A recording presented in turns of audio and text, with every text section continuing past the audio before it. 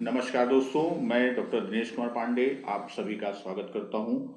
दोस्तों, आज के सेशन में हम लोग डायरेक्ट थर्ड सेमेस्टर के पेपर फर्स्ट में पांचवी क्लास लेकर चल रहे हैं, जिसमें मापन तथा मूल्यांकन का महत्व, उद्देश्य और कार्य के बारे में हम लोग डिस्कशन करेंगे। मापन और मूल्यांकन का महत्व। सबसे पहले तो मापन और मूल्यांकन को यदि हम देखें तो छात्र के संबंध में ये बहुत ही महत्वपूर्ण होता है। इसके द्वारा छात्रों को अपनी शैक्षिक प्रगति का ज्ञान होता है। सबसे पहले क्या होता है, छात्र को शैक्षिक प्रगति का ज्ञान होता है। दूसरी चीज, उन जो उनकी शैक्षिक प्रगति है उसके आधार पर छात्र में क्या होता है, उसमें प्रेरणा, और प्रेरणा के साथ साथ आत्मसंतोष और आत्मविश्वास जागृत होता है। आत्म संतोष, आत्मविश्वास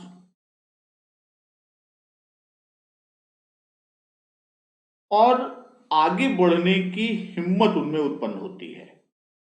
आगे बढ़ने की हिम्मत उत्पन्न होती है और साथ ही साथ वह अपनी कमियों के बारे में भी जानकारी प्राप्त कर लेता है। अर्थात छात्र की जो कमियां हैं उन कमियों के बारे में भी वह जानकारी प्राप्त कर लेता है। तो सामान्य तौर पर हम लोग छात्र के संबंध में बात कर रहे हैं। वैसे ही देखा जाए तो जो हमारी शिक्षा प्रक्रिया है, संपूर्ण शिक्षा प्रक्रिया, तो जो हमारी एजुकेशन प्रोसेस की बात हम करते हैं उसमें विभिन्न व्यक्ति, जिसमें सबसे पहले हम बात करेंगे छात्र की, फिर शिक्षक की, फिर अभिभावक की और प्रशासक व समाज के साथ साथ जो प्रशासक वर्ग है वो और समाज, इन सब के लिए शिक्षा की प्रक्रिया में मापन और मूल्यांकन दोनों का बहुत ही महत्वपूर्ण योगदान है या इनकी भूमिका है। तो जब हम मापन और मूल्यांकन की बात करते हैं तो इसके द्वारा शिक्षा के सुधार और गुणवत्ता उन्नयन में ये क्या करती है, शिक्षा में सुधार मापन के द्वारा संभव होता है और साथ ही साथ जो गुणवत्ता है, क्वालिटी इंप्रूवमेंट की बात हम करते हैं, गुणवत्ता उन्नयन में ये क्या होता है, इसमें सहायक होता है। तो ये सामान्य चीजें हम लोगों ने देखा कि इसके द्वारा शिक्षक क्या कर सकता है, वह अपने शिक्षण को प्रभावशाली बना सकता है। शिक्षक शिक्षण को प्रभावशाली बना सकता है। तो यहाँ वह अपनी शिक्षण विधि, पाठ्यक्रम, पाठ्य योजना, शिक्षण सामग्री, इनकी भी प्रभावशीलता को या प्रभावशालिता को क्या कर सकता है, उसमें वृद्धि कर सकता है या उसमें समय समय पर क्या कर सकता है, उसमें संशोधन कर सकता है। तो हम इसके महत्व के कुछ महत्वपूर्ण बिंदु को देखते हैं। जैसे मापन तथा मूल्यांकन उचित शैक्षिक निर्णय लेने के लिए अत्यंत आवश्यक है। अर्थात जो भी शैक्षिक निर्णय, चाहे वो विद्यालय प्रशासन हो, कक्षा कक्ष प्रबंधन हो, सब्जेक्ट टीचर हो, वह जो शैक्षिक निर्णय लेने की बात होती है तो वहां मापन और मूल्यांकन क्या है, बहुत ही आवश्यक है। बिना उसके हम कोई भी निर्णय, शैक्षिक निर्णय नहीं ले सकते। दूसरा बिंदु, मापन तथा मूल्यांकन से शिक्षा शास्त्री, प्रशासक, अध्यापक, छात्र और अभिभावक उद्देश्यों की प्राप्ति की सीमा को जान सकते हैं। अर्थात इन व्यक्तियों को जानकारी हो सकती है कि किस सीमा तक उद्देश्य को प्राप्त किया गया है, वह संभव होगा मापन और मूल्यांकन के द्वारा। अगला बिंदु, मापन तथा मूल्यांकन शिक्षक की प्रभावशीलता को इंगित करता है। जैसे सामान्य तौर पे कहा ही जाता है कि यदि शिक्षक का मूल्यांकन करना है, शिक्षक का जब हमको मूल्यांकन करना हो तो हम क्या करेंगे, हम छात्र मूल्यांकन कर ले, तो छात्र के मूल्यांकन के आधार पर हम शिक्षक मूल्यांकन की बात करते हैं। वहीं जो शिक्षक की प्रभावशीलता को बात करते हैं तो वह मूल्यांकन और मापन के आधार पर वह इसमें परिवर्तन या संशोधन भी करता रहता है। आवश्यकता पड़ने पर वह परिवर्तन करेगा या संशोधन करेगा। मापन तथा मूल्यांकन शिक्षण के उद्देश्यों को स्पष्ट करता है। अर्थात हम जब शिक्षण उद्देश्य की बात करते हैं, जैसे शिक्षण के अंतर्गत जब हम इसके विभिन्न सोपान की बात करते हैं शिक्षण के, तो उसमें हम पहला क्या कहते हैं, हमारा जो उद्देश्य है उस उद्देश्य का निर्धारण। और उद्देश्य का निर्धारण शिक्षण में हम किस में करते हैं, निदानात्मक में। वहीं मूल्यांकन के सोपान में भी पहला हमारा सोपान होता है उद्देश्य निर्धारण, और यह मापन और मूल्यांकन इस उद्देश्य निर्धारण में क्या करता है, वह सहायता करता है। नेक्स्ट बिंदु, मापन तथा मूल्यांकन छात्रों को अध्ययन के लिए प्रोत्साहित करता है। अर्थात मापन के आधार पर वह अपनी कमियों को जान सकता है, भविष्य में उन कमियों को दूर करने के लिए परिश्रम कर सकता है। ये भी जान सकता है कि कौन सा खंड हमारा ज्यादा तैयार है यानी स्ट्रॉन्ग है और कौन सा वीक पोर्शन है, उसके आधार पर वह अपनी तैयारी का क्रम बना सकता है, उसके लिए रणनीति निर्धारित कर सकता है। नेक्स्ट पॉइंट, मापन तथा मूल्यांकन के आधार पर पाठ्यक्रम, शिक्षण विधियों, सहायक सामग्री आदि में आवश्यक सुधार किया जा सकता है। अर्थात मापन और मूल्यांकन के द्वारा हम अपने पाठ्यक्रम में सुधार कर सकते हैं या उसको संशोधित कर सकते हैं, शिक्षण विधि को संशोधित करते हैं, और यह शिक्षण विधि और सहायक सामग्री तो आवश्यकता अनुसार हम कक्षा कक्ष के दौरान ही कर लेते हैं। यानी जो हमारी कक्षा शिक्षण है उस कक्षा शिक्षण के दौरान ही हम किस आधार पर करते हैं, मूल्यांकन के आधार पर। शिक्षक छात्रों के साथ शिक्षण की प्रक्रिया में संलग्न होता है और जो हम आप शिक्षण के साथ साथ सतत मूल्यांकन की बात करते हैं, उस सतत मूल्यांकन के आधार पर वह अपनी शिक्षण विधि और सहायक सामग्री में आवश्यक परिवर्तन, परिमार्जन या सुधार कर सकता है। मापन तथा मूल्यांकन कक्षा शिक्षण में सुधार लाता है। अध्यापक को अपनी कमी ज्ञात हो जाती है, अर्थात मापन और मूल्यांकन के द्वारा छात्र को किस स्थान पर कठिनाई हो रही है तो वह उस आधार पर अपने शिक्षण और शिक्षण विधि या तकनीक में क्या करता है, परिवर्तन कर लेता है, और उसे आभास होता है कि किस प्रकार की कमी हमारे शिक्षण में हो रही है या किसकी हानि हो रही है, जिससे वह अपने शिक्षण को अधिक सुसंगठित कर लेता है। नेक्स्ट में मापन तथा मूल्यांकन के आधार पर छात्रों को शैक्षिक तथा व्यावसायिक निर्देशन दिया जा सकता है। अर्थात मापन और मूल्यांकन के आधार पर छात्र की अभिरुचि किधर है, उसका रुझान किधर है, वो चीज हम ज्ञात करके और उसकी दिशा को हम निर्धारित कर सकते हैं कि वह किस दिशा में अपने शिक्षा की प्रक्रिया को आगे की ओर ले जाए। फिर उसके बाद हम बात करते हैं मापन और मूल्यांकन के उद्देश्य की, कि इसके पीछे का जो उद्देश्य है। जब हम उद्देश्य की बात करते हैं तो मापन और मूल्यांकन में यदि देखा जाए तो जो भी पूर्व में हम लोगों ने मापन मूल्यांकन में जितने भी प्रक्रियाओं को देखा है चर्चा किया है, समझा है, तो वह पूर्ण वर्णित प्रत्यय ही इसके उद्देश्य को स्पष्ट करते हैं। यहां प्रमुख उद्देश्यों को जब हम जानने की कोशिश करते हैं, जैसे हम बात करते हैं, अभी महत्व में बात किया कि जो शिक्षण प्रक्रिया है, उस शिक्षण प्रक्रिया की हम प्रभावशीलता को देखते हैं कि वह कितना प्रभावशाली है, या कोई सुधार की आवश्यकता है, तो सुधार की आवश्यकता को उद्देश्य में हम रख सकते हैं, या जो प्रेरणा, किस स्तर की प्रेरणा बच्चों के लिए सहायक है उसके बारे में, या हमारे द्वारा शिक्षण कार्य से जो अधिगम, बच्चों की ग्राह्यता की बात करते हैं, उसमें बाधक क्या क्या चीज हैं, कौन से तत्व ऐसे हैं जो बाधक होते हैं, या इस तरह से भी हम कर सकते हैं कि जो बच्चों का अर्जित ज्ञान है, उस अर्जित ज्ञान की हम जांच भी कर सकते हैं।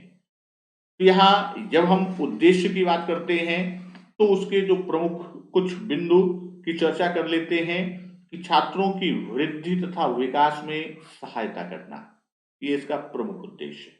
दूसरा, छात्रों द्वारा अर्जित ज्ञान की जांच करना। तीसरा, छात्रों की वृद्धि तथा विकास में उत्पन्न अवरोधों को जानना, कि उसके वृद्धि और विकास में जो अवरोध आ रहे हैं, वो अवरोध कहां से हैं, किस प्रकार के हैं, और उनका निवारण हम कैसे कर सकते हैं। छात्रों की शैक्षिक प्रगति के बाधक तत्वों को जानना। मूल्यांकन के और मापन के आधार पर हम विभिन्न खंडों को जानते हैं जहां बच्चों को समस्याएं आ रही हैं और वही बाधक तत्व के रूप में कार्य कर रहे हैं। हम उनको जानकर और उनका उपचार करके हम उसको दूर कर सकते हैं। छात्रों की व्यक्तिगत भिन्नताओं की जानकारी करना, यानी हर बच्चा भिन्न होता है, अनोखा होता है, तो हम उनकी व्यक्तिगत भिन्नता को भी यहाँ पर जानकारी कर सकते हैं। किससे? मापन और मूल्यांकन हमारा एक उद्देश्य है। छात्रों में प्रतियोगिता की भावना विकसित करना, उनमें कंपटीशन की जो फीलिंग्स हैं, उसकी भावनाएं हैं, उसको जागृत करने में ये काम करता है। छात्रों की कमियों व कठिनाइयों को जानना व उनका निवारण करना, छात्रों को अधिगम के लिए प्रेरित करना। इसके साथ साथ हम कह सकते हैं कि जो कक्षा शिक्षण है, कक्षा शिक्षण में सुधार, इसका एक प्रमुख उद्देश्य ये भी कि हम, यानी एक शिक्षक जो कक्षा शिक्षण करता है उसमें वो सुधार की बात करता है। जो हमारी विधियां, यानी शिक्षण विधियां हैं, और साथ ही साथ जो सहायक सामग्री हम प्रयुक्त करते हैं, उस सहायक सामग्री की उपादेयता को ज्ञात करने में कि वह कितनी उपयोगी है, उसकी उपादेयता को ज्ञात करना, यह इसका एक उद्देश्य है। और योग्यता आधारित वर्गीकरण, किसका? छात्र का। क्या करते हैं? इसका एक उद्देश्य है कि योग्यता आधारित, यानी कौन सा बच्चा कैसा है, तो उस योग्यता आधारित वर्गीकरण में ये सहायक होता है।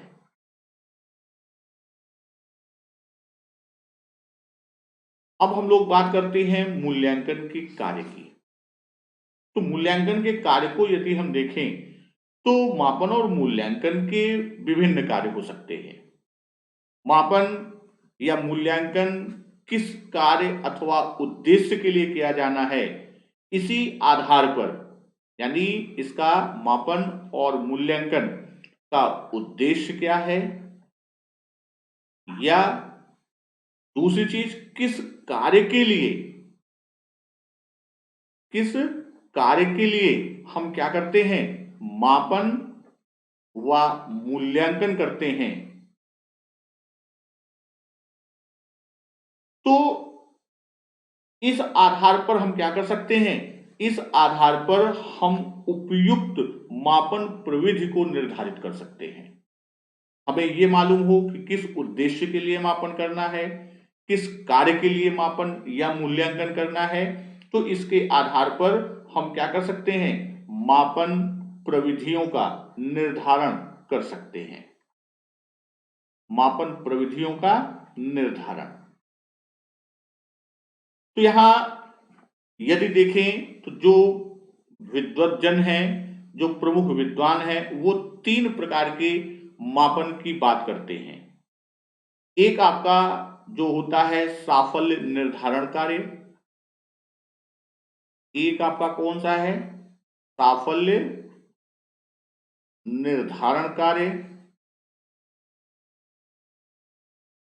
तो ये जो साफल्य निर्धारण कार्य की बात हम करते हैं, तो इसमें क्या होता है कि मापन प्रक्रिया के द्वारा किसी चर पर व्यक्ति की स्थिति या परिमाण ज्ञात करने से होता है। किसी चर, जो वेरिएबल चर का मापन में चर की बात किया था कि जिस गुण या विशेषता का हम मापन या मूल्यांकन करते हैं, वही विशेषता या गुण क्या कहलाता है, वह हमारा चर कहलाता है। तो किसी भी चर पर किसी व्यक्ति की स्थिति, इस चर पर किसी व्यक्ति की स्थिति का निर्धारण जब हम करते हैं, या हम ये कह सकते हैं कि परिमाण प्राप्त करने की बात करते हैं, तो वह उसके साफल्य निर्धारण के कार्य के अंतर्गत जाता है। दूसरा जो बात हम करते हैं वह निदानात्मक कार्य की बात करते हैं। तो यहां दूसरे की बात हम करते हैं, जो दूसरा हमारा प्रमुख कार्य है वह क्या है, निदानात्मक कार्य। मूल्यांकन के द्वारा हम निदानात्मक कार्य को संपादित करते हैं। तो जब निदानात्मक कार्य की बात हम करते हैं, तो मापन के द्वारा निदान का मतलब क्या होता है, यहां निदान का आशय कारण खोजना, यानी किस कारण से समस्या उत्पन्न हुई, उस कारण को खोजना ही क्या है, निदान है। तो यानी बच्चे को कहां पर समस्या आ रही है, या बच्चे को कहां कठिनाई आ रही है, बाधक तत्व कौन से हैं, अगर इन सारी चीजों को हम ज्ञात करने के कार्य से समझते हैं, तो वह मापन और मूल्यांकन की निदानात्मक कार्य के अंतर्गत जाता है। फिर तीसरा हम कहते हैं पूर्व कथन कार्य। तीसरा पूर्व कथन कार्य। तो पूर्व कथन कार्य की जब हम प्रेडिक्शन फंक्शन की बात करते हैं कि उसके बारे में जो प्रेडिक्ट किया जाता है, तो पूर्व कथन के अंतर्गत वर्तमान स्थिति को जानकर भविष्य की कार्य क्षमता के संबंध में अनुमान लगाना। इसके अंतर्गत वर्तमान परिस्थिति को समझकर भविष्य के संबंध में, को समझकर किसके संबंध में, भविष्य के संबंध में अनुमान लगाना। ये क्या है, पूर्व कथन कार्य मापन और मूल्यांकन का है, के बारे में अनुमान लगाना। तो अब यहां ये देखा जाए, इन 3 कार्यों के अतिरिक्त मापन के कई अन्य कार्य भी होते हैं जिनकी चर्चा विद्वानों ने की है। और ये क्या है, इन 3 कार्यों के अतिरिक्त जब हम बात करते हैं, तो उसमें हमारा जो प्रमुख रूप से कार्य आता है, तो उसमें हम सबसे पहले क्या करते हैं, इन 3 के अलावा हम कार्य करते हैं तुलना का कार्य। मापन के आधार पर हम विभिन्न व्यक्ति, वस्तु, स्थान या घटना प्रघटना की क्या करते हैं, तुलना करते हैं। फिर उसी के आधार पर हम चयन कार्य करते हैं, अर्थात उस मापन के आधार पर वस्तु, व्यक्ति या स्थान का चयन किया जाता है।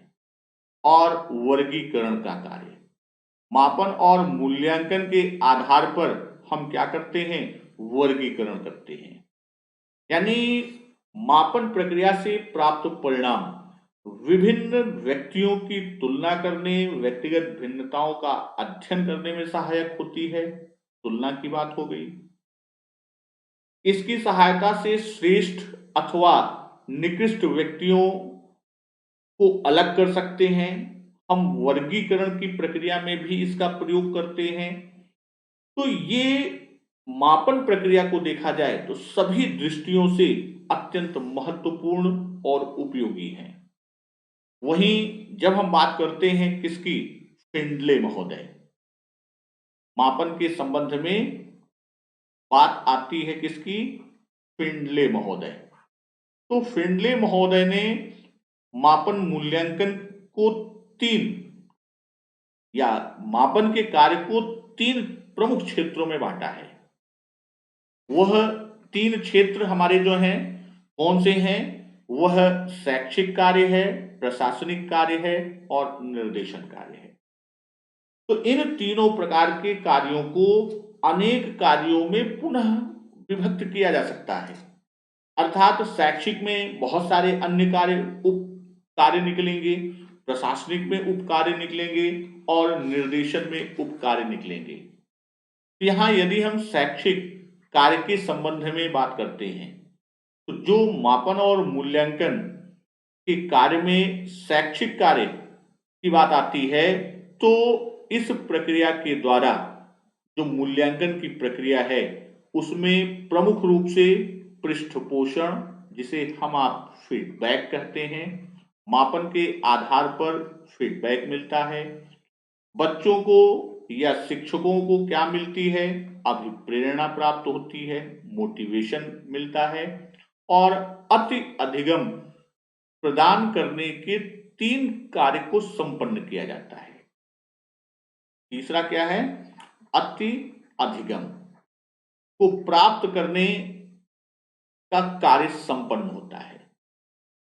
यहां मूल्यांकन से प्राप्त परिणाम छात्र और अध्यापक दोनों के लिए, अर्थात टीचर और स्कॉलर दोनों के लिए फीडबैक का काम करता है, पृष्ठपोषण का कार्य करता है। वहीं जब हम प्रशासनिक कार्य की बात करते हैं तो प्रशासनिक कार्यों में गुणवत्ता नियंत्रण, अनुसंधान, रिसर्च की बात करते हैं, वर्गीकरण और व्यवस्थापन की बात करते हैं, अर्थात क्लासिफिकेशन एंड प्लेसमेंट की बात होती है, सिलेक्शन, हम उसके आधार पर सेलेक्ट करते हैं, और प्रमाण पत्र यानी सर्टिफिकेशन, ये प्रमुख कार्य हमारे आते हैं किसमें, प्रशासनिक में। फिर तीसरा हमारा आता है निर्देशन कार्य, गाइडेंस फंक्शन की बात करते हैं। तो निर्देशन कार्य में व्यक्तियों की विशेष अभिरुचि, उनकी योग्यता, कमजोरियों को जानकर उन्हें शैक्षिक या व्यावसायिक निर्देशन देने के कार्य में भी हम मापन और मूल्यांकन का उपयोग करते हैं।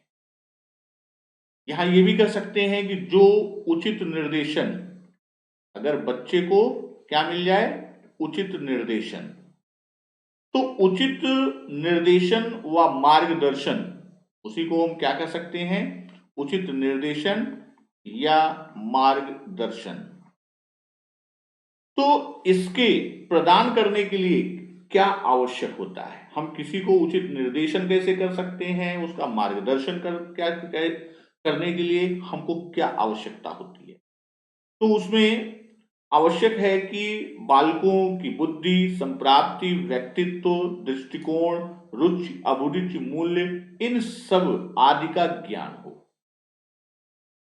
तो उपयुक्त पाठ्यक्रम और उपयुक्त रोजगार का चयन करने और भावी सफलता का पूर्व आकलन करने के लिए यह छात्रों के संबंध में क्या होती है, आवश्यक सूचनाएं मापन और मूल्यांकन के आधार पर ही प्राप्त होती हैं। दोस्तों, आज की खंड में इतना ही, फिर मिलते हैं, तब तक नमस्कार, वंदे मातरम।